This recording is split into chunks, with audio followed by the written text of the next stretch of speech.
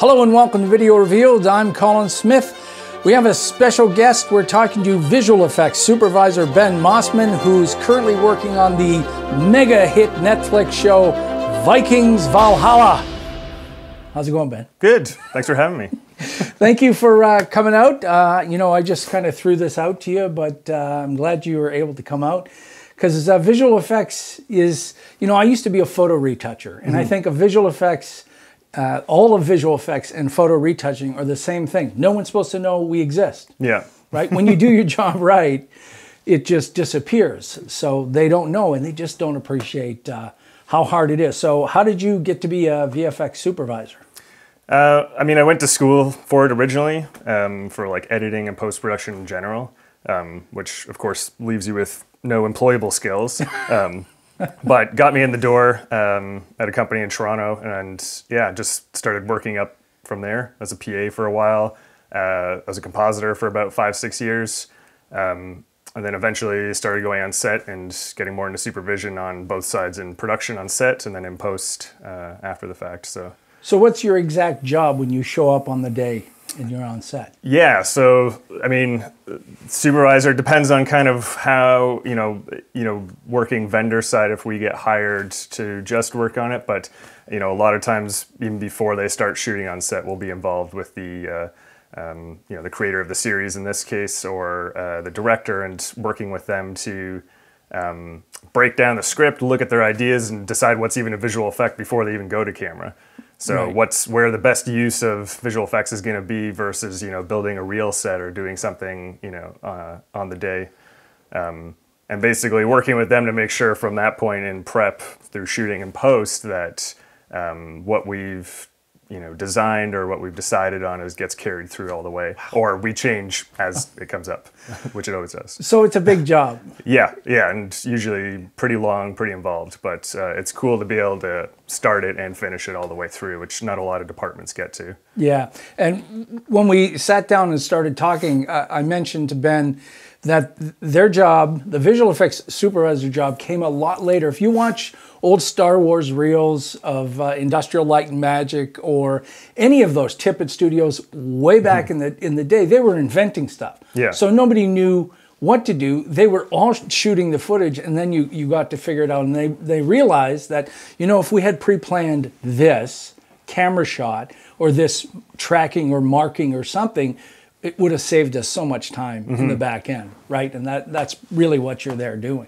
Yeah, exactly. Working with them so that, what they want to see, the creature, the effect, whatever, can be done in post, and we've got the footage and it was, shot the way that we needed it to work on it after the fact. So how important is things like camera knowledge, lighting, optics, and things like that in the job? Yeah, it depends on the project certainly, but it's pretty important because you're interacting with so many different departments. You're talking with the DP about, even something as simple as lighting the green screen or the blue screen, or lighting the actors so that they're separate from it. You're talking with the director about creatively what they want to see while you're working, with, everybody else trying to make it happen, so that their vision can come to light months down the road. And did you hear that? How to light the green screen, blue screen, how to light it. Tons of beginners just think, I got a green screen, throw it up, and they just use the regular light. But if you don't light a green screen properly, it's a huge pain in the back end trying to key that out correctly. Yeah, definitely. And obviously it varies, like if you're on something like Zoom, it's going to get rid of it, but it's not going to hold up the same way if you're, putting it up later for somebody to watch over and over again, or in a theater or wherever. So, right. Generally a bit more care needs to happen in terms of lighting and crafting it. So with Vikings Valhalla, what kind of challenges does that have? Because we're talking huge sets, tons of people, ships, water. Yeah. Oy, water, right? Yeah. Definitely. Water was one of, for the show, water was one of our big challenges. The first episode has a huge storm in it. It's in the trailer, and that took us, COVID wreaked a little bit of havoc on our schedule, but it took us, months and months to get that right and to look good. But I mean, like even physical challenges, like just shooting in Ireland, you know, not being able to erect blue screens all the time because of how much wind is there. So just having to eat roto on a lot of scenes versus being able to separate it out. If it was who makes that call? Yeah, that's me. So yeah, me for if we can handle it. But yeah, there's obviously people on set for safety. They're like, no, we can't put up a 20 by, or you know, we can't erect 80 feet of blue screen here. You have to just, you know, we have to find a different way to shoot it, or we're gonna have to roto it later, which is, you know, its own level of challenge. But yeah, I mean, yeah, definitely. I mean, aside from that, yeah, water. There's some big destruction components that happened in the show. A lot of environments. That's, you know, that was kind of the bread and butter of the original series too, is making Ireland look like England or Norway or wherever they're traveling off to. So yeah, a lot of matte painting work, which looked pretty good in the end. I think it's a lot of fun. And you know, that surprises me. Matte painting is still that big. Yeah. Why not render that in CG? Yeah, I mean, it's I think it's a balance on every project where we look at it. And it totally depends on the studio, the VFX studio that's working on it, and how their pipeline's set up. But you know, we kind of did both. We created some environments fully CG, rendered, you know, modeled it, rendered it, everything. And you know, the example of making Ireland look like Norway. So we have a lot of mountains, a lot of fjords we have to put in, trees, things like that. A lot of green. A lot of green, yeah. and things at a distance where matte paintings hold up really well. They're a lot faster for us to create, manipulate. Yes. We've got a lot of the same angles that we're repeating. If we've got, you know, a whole scene of dialogue and we're looking the same two directions, it was became really straightforward for us to create a look that, you know, was a little bit different than the last time we saw it, but yeah, just it's a speed thing, and you know, it depends on how many times we have to use it or how it has to hold up. Where there's other scenes where there would be a lot of camera movement, a lot of dynamic lighting, where we would just go, okay, let's just model the whole thing and texture it, render it out, and we can do whatever we want here. Dynamic lighting, you mean changing? Changing lighting sometimes, yep. Or we'd see the scene multiple times. You know, London was a perfect example of where we had to see it at night, we had to see it during the day. So there's a lot of changes like that. We might opt to model it and render it instead, where we have total control over it instead of getting a matte painter to redo it again and, you know, bake in new lighting for the artists. But how do you, when you are determining all of these things, one of the challenges for any time a new user goes into CG and live action is perspective and making things. How do you deal with that? Yeah. Like, what's the planning involved in that? Yeah, I mean, it's I mean, planning it out with the DP, the director, whoever's creatively involved, is a big piece of it, deciding how much the camera needs to move, if it needs to move, you know, where it becomes a static mapping, whether we're going to have to break it up more into a 2.5D approach, or whether it's we need total control and we got to model and do the whole thing in 3D. So is someone sitting in that meeting with a calculator? So as the DP is starting to have grand plans, somebody's saying, and they go back to you and it's like, okay, we'll keep that static and the counterpart for the supervisor is the producer, who keeps the whole thing in check in terms of budget and price. So, you know, we're not, which is another reason why you might not model and render everything depending on your pipeline, is that, you know, the amount of time you might spend in 3D is going to cost a lot more than a smaller investment in 2D, and you might yield the same result. Yeah, and it's crazy. You'd think by this time CG would just be a lot quicker, but with things like global illumination and the cost of doing accurate lighting, for those who don't know, things that we take for granted, for instance, all of these little flowers here, every single edge and ripple has a tiny little shadow on the edge of the, and all of that has a cost, right? Yeah. There's light being calculated all over the place. So something that, you know, takes 15 hours to render, you know, one freaking frame, yikes, with motion blur, with optical occlusion and all of this stuff, you pay a huge price for that. Yeah, and you pay a price every time someone, you know, a change needs to happen. You have to do it again, or you have to do it 800 times depending on the size of the show. Oh man! But and things are always getting faster and more accessible. You know, especially with, you know, real-time technology kind of moving in a lot faster. But it's there's always going to be a cost and time involved to get it, and it's just managing that on the timeline of whatever project you're involved with. Right. Well, I've always been a fan of Vikings, like Vikings. And have you ever been to Lens of Meadows? No. Oh, you have to go. Yeah. I mean, it's perfectly done. It's because it's done by Canadians. And Yeah. what I mean is it doesn't look like Disney. Yeah. It's a field with some lumps that are places where they live. So they tried to keep it as pristine as possible. And if you stand near the water and you just kind of look north, east, you can almost imagine, you know, Leif Erikson's boat just kind of sailing right into it. Yeah. It's spooky in a cool way. Yeah, the pictures look pretty amazing. Yeah, it'd be great to It visit. feels special. It doesn't feel like, you know, a field in the middle of Iowa. Yeah. It feels like history right there. You've just kind of happened upon it. Yeah. Yeah. And you got to drive all the way up. If you drive, and it's like moose everywhere. So in all of this work, does anything still surprise you?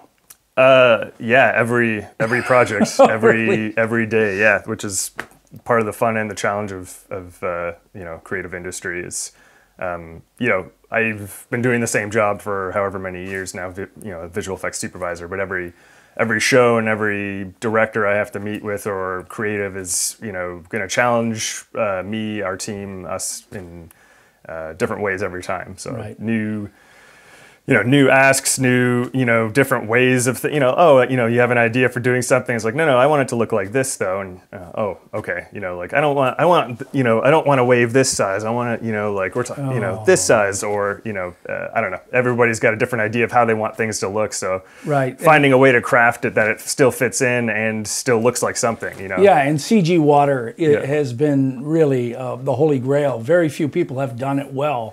It's been done poorly for years and years and years. And only recently are we getting to the point that we're not just talking about that fake CG ripple, nice, calm. We're talking about breaking white water edges and things hitting other things and exploding. And yeah, it's yeah. I mean, effects work like that. Destruction, water is always. I think even for you know, big companies like ILM, Scanline, like they, you know, have honed better pipelines and everything for it, and it's easier than it used to be, but it's always a challenge. It's, you know, everything's moving, it's still simulating, so it's never, you know, you're kind of letting it go, seeing what it comes out like, modifying it, letting it go again to render. So Right. yeah, always a challenge to get it to look, you know, photoreal or to look like something, to look interesting, to look like it fits in with the scene, and to get it done in whatever time frame you're working with. Wow. So you have been a compositor. Yeah. And you've done your fair share of roto work. Yep. And I want to blow my brains out because I've never used the right tools. Yeah. After Effects is not for roto. It's it's the worst for roto. Yeah. Even Mocha is like a poor man's roto. It's way better than After Effects, but is it Nuke that folks use up in the high end? Yeah, we use Nuke for compositing, and we'll do our own roto if we need to in it. I mean, you know, whenever bulk amount of roto has to be done, it's usually being sent out to another company. So they're either going to render it in Nuke or probably more likely Silhouette. A lot of it's being done in that. But they can send over, you know, programs like Mocha and Silhouette have been built to export to Nuke and After Effects. So like we'll, a lot of times if we're working with another company doing the roto, they'll send over a Nuke script as well. So we see their, you know, their splines and everything that have come through. But yeah, I mean, generally for us, we'll composite in Nuke, and then any roto that we're doing ourselves also gets done in Nuke. Yeah, because I think there's different levels of that people understand roto. First of all, they don't know what it is. Can you push a button and get rid of the background? And then they start working things like Photoshop, which has, you know, a level of masking with vector edges. And vector's great on cars as long as you have motion blur, but you can grab sharp edges. But then as you start to introduce motion blur and hair and cloth and things like that, and transparency, I mean, roto becomes way more complex and way more difficult. So what's the hardest thing, the hardest problem you've ever fixed as a compositor? As a compositor, that's a good question. I remember one, it probably wasn't even the hardest one I did. I just remember it being such like a fast turnaround challenge. It was on this movie called Crimson Peak, where there's a ghost flying about 2 stories up, looking down at the character at the bottom of this house, and they had a tennis ball stand in for the ghost, which of course they decided to move where the ghost was after, so we couldn't just put the ghost on top of it. We had to paint it out and put it back. And there was also a crane coming up in the shot to hold a light fixture that was off screen. And then it was just the way that the camera was dollying. There was, we're on the second floor of this set that was built as an old house, and you've got railings moving in front of you over top of backgrounds moving against you in parallax. So it was just rebuilding so many different levels of parallax and depth that it was fun. It was something, of course, they wanted in like 2 days or whatever because it was for a screening. So, yeah. All right, so now let's talk to you, the YouTubers, not the pros, you folks that work at Ben's level. You know this stuff, but YouTubers watch these behind the scenes, and they totally get roped in. Adobe does a great job of overselling After Effects. Oh, here's RotoBrush 2. You know it doesn't. Yeah. Why don't I do visual effects demos on Video Revealed? Because I have respect for Ben and the people that do that work. And even if I did take the time, like let's say I spent a day and went with Mocha Pro and I really did a good job, very few people in the YouTube world would realize, oh, I'm not going to sit there for 4 hours and do that. I was looking for the one button. It doesn't exist. So let's talk about one of the things, some of the things that these YouTubers can do to make things easy. For instance, not moving the camera, right, makes everything better. Yeah. Because then you can cut something out, roto it. So we could cut between you and I. There's nothing happening as long as I don't encroach on your space. We could cut this and have a different take of me. Or do what Fincher does a lot, is he'll speed up the dialogue between two people by cutting the scene and then just advancing the clip. I'll use the shadow puppets. He'll just advance the clip on the timeline so that we're talking faster. So don't move the camera. What about match moving? Yeah, I mean, that's a super time-intensive process, and you can get really great-looking things when you add motion to your camera, but there's definitely a time investment you have to be willing to put into that kind of stuff. So what can they do tracking-wise? What can they put in their scene to help things? Yeah, I mean, it depends on the shot. I mean, like on set, we'll use tracking markers, just pieces of tape, markers we've printed out, anything like that, even on like a green screen. A lot of times you'll see them covered in gaffer tape because we've, if you've got a, close-up shot on an actor talking in a blurry green background back there on a long lens and the camera's moving, you might not even know it's moving because there's nothing back there to tell you that it's moving. Right. So a lot of times, if we're going to move the camera or if there's a lot of motion in the shot, we'll put markers up or even C-stands with a marker on it just to give us more of a reference of what our camera's doing. Exactly. Right, and I had that problem, which surprised me. I was trying to create a handheld camera movement. And so my first thought was get a flat wall, put some markers on it, and shoot it. Yeah. And the 3D camera tracker in After Effects failed because there's no parallax. Right, of course. So with parallax, what would have helped me is if I put a stand away from the wall here and put something on that so that as the camera's moving, it sees that that's where the 3D is happening. Right? Yeah. Even if the camera the camera that I'm using to create the movement is small, parallax helps completely. Definitely, yeah. So if match moving is done correctly, and I'm now in my favorite program, Cinema 4D, and I've made a camera, am I done? Probably not, no. Depends what the end effect is, but I mean, after you've got it tracked, you still have to kind of figure out where in the scene you're going to place your object, how it's going to look. But hopefully I've gotten rid of slippage. Yeah.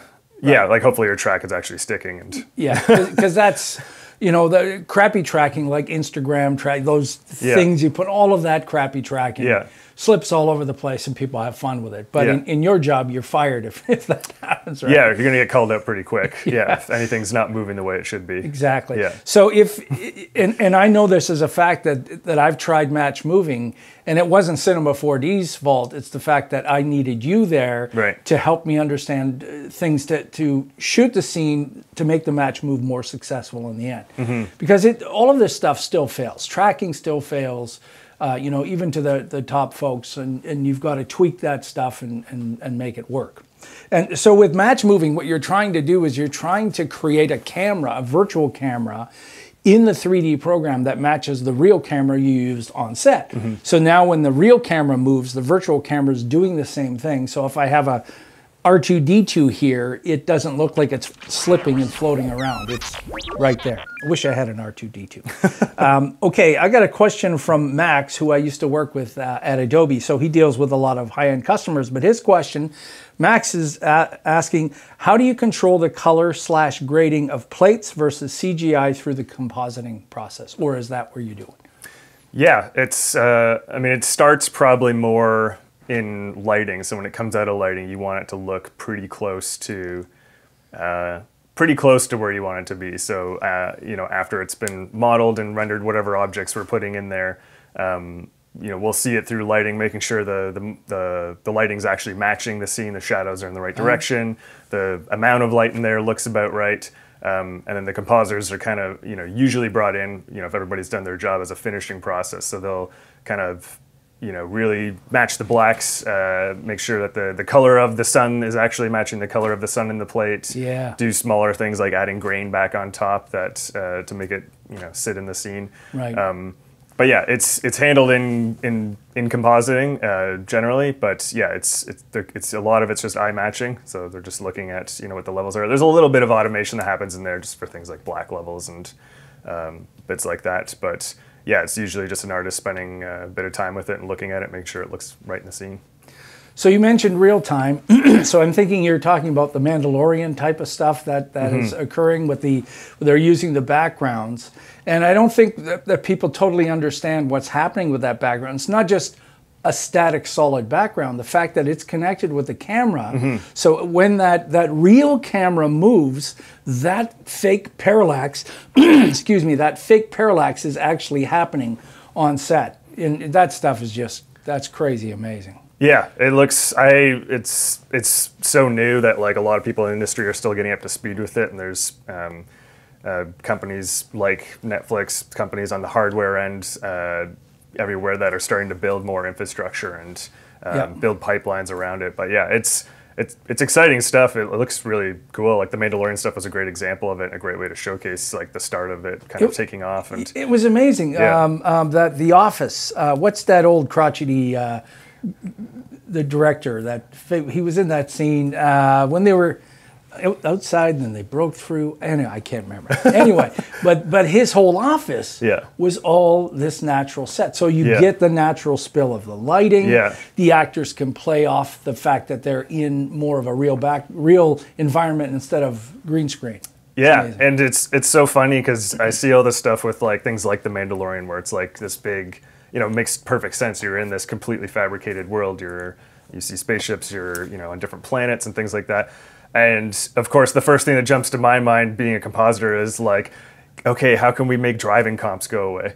How can we put up LED walls just to put, you know, a car driving through New York City and not have to key out smudges on windows? And so you're talking about when I'm in a car, on a soundstage, that's in a soundstage, and that stuff is on the background, and sometimes it still looks crappy. It looks fake. Yeah, definitely. And I don't know that, you know, I've worked with like rear projection setups and stuff before, and there's always a varying level of success things like that have, but.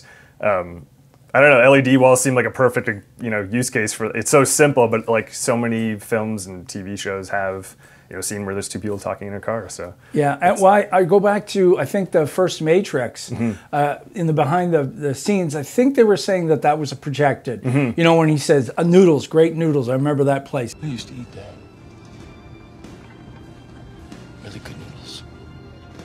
You know, they're going through that near when they first pick them up in the car. I think that was rear projection. Yeah, it's great. And if you can get it on set, it's, you know, spend somebody having to look at 70 shots of a, you know, 5-minute dialogue scene and key every single shot, and then hope that the, you know, second unit supervisor actually shot the background plates in the correct perspective, and you can shoehorn them in there. And yeah, it'd be great to render that all out in advance or shoot them in advance, and then just, you know, record it on set and it's done. Wow. Yeah. Well, I can see why you get the big bucks, because I mean, there's a giant list of what's your job. Well, it's almost endless.